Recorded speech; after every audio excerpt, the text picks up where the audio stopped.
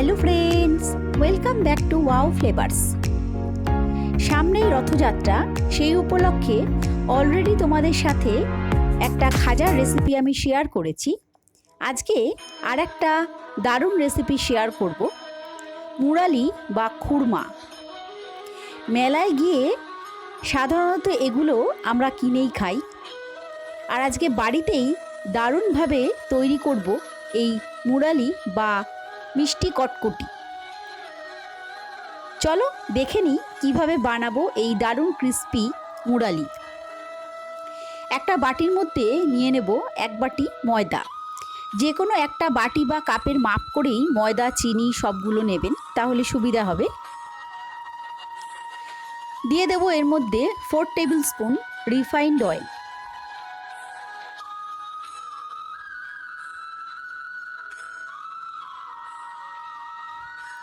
আমি এখানে অল্প করেই তৈরি করছি, আপনারা চাইলে বেশি যদি তৈরি করেন এই পরিমাণটা অনুযায়ী বেশি করে নিতে পারেন।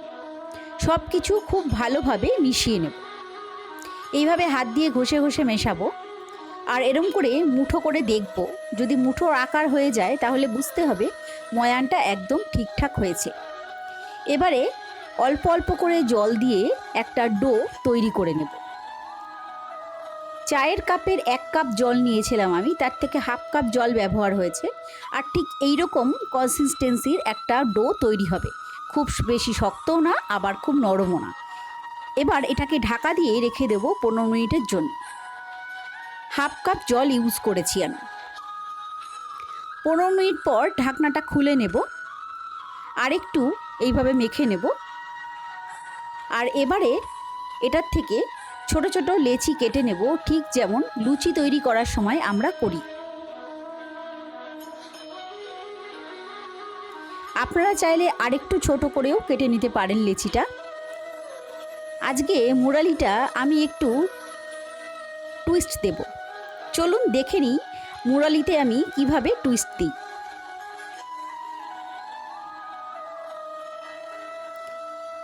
দেখুন কিভাবে আমি কাজটা করছি, এটা ঠিক বলে বোঝানো যাবে না।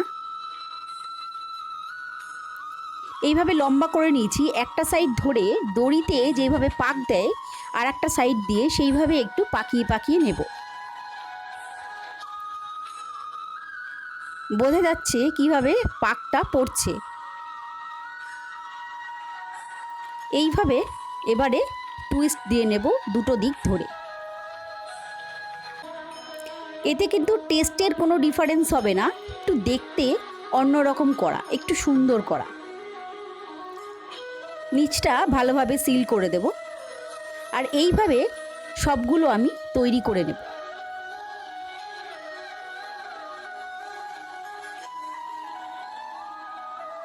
সবগুলো মুরালি আমি তৈরি করে নিয়েছি।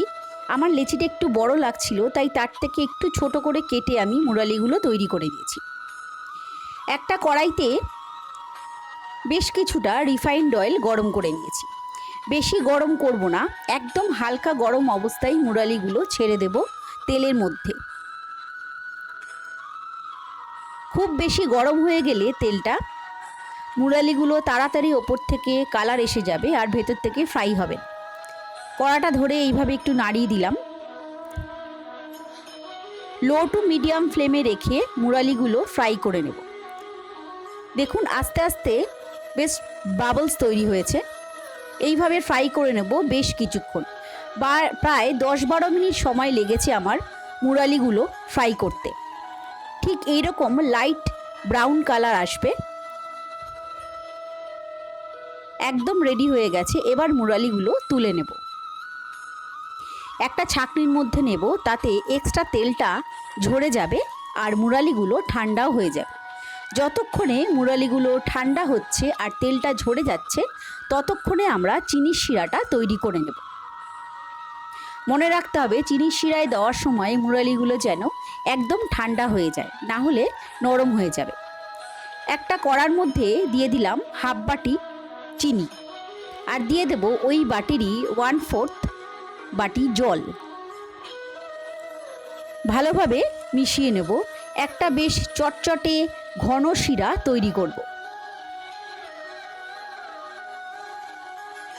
দিয়ে দেবো একটু এলাচ গুঁড়ো, ভালোভাবে মিশিয়ে নেব। এটা পুরোপুরি অপশনাল, আপনারা চাইলে নাও দিতে পারেন।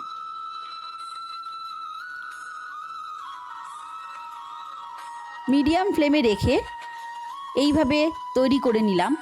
যখন দেখবেন কড়ার গায়ে এরকম সাদা সাদা হয়ে যাচ্ছে শিরাটা, তখন বুঝতে হবে একদম শিরাটা রেডি হয়ে গেছে।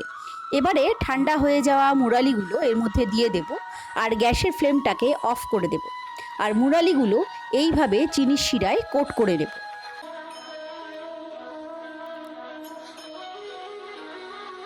শিরাটা আস্তে আস্তে মুরালির গায়ে কোট হয়ে গেছে আর আমাদের ক্রিস্পি মুরালি একদম রেডি।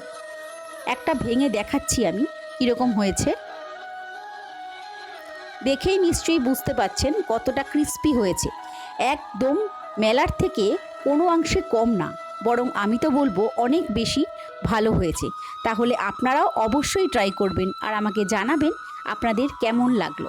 সবাই ভালো থাকবেন, সুস্থ থাকবেন।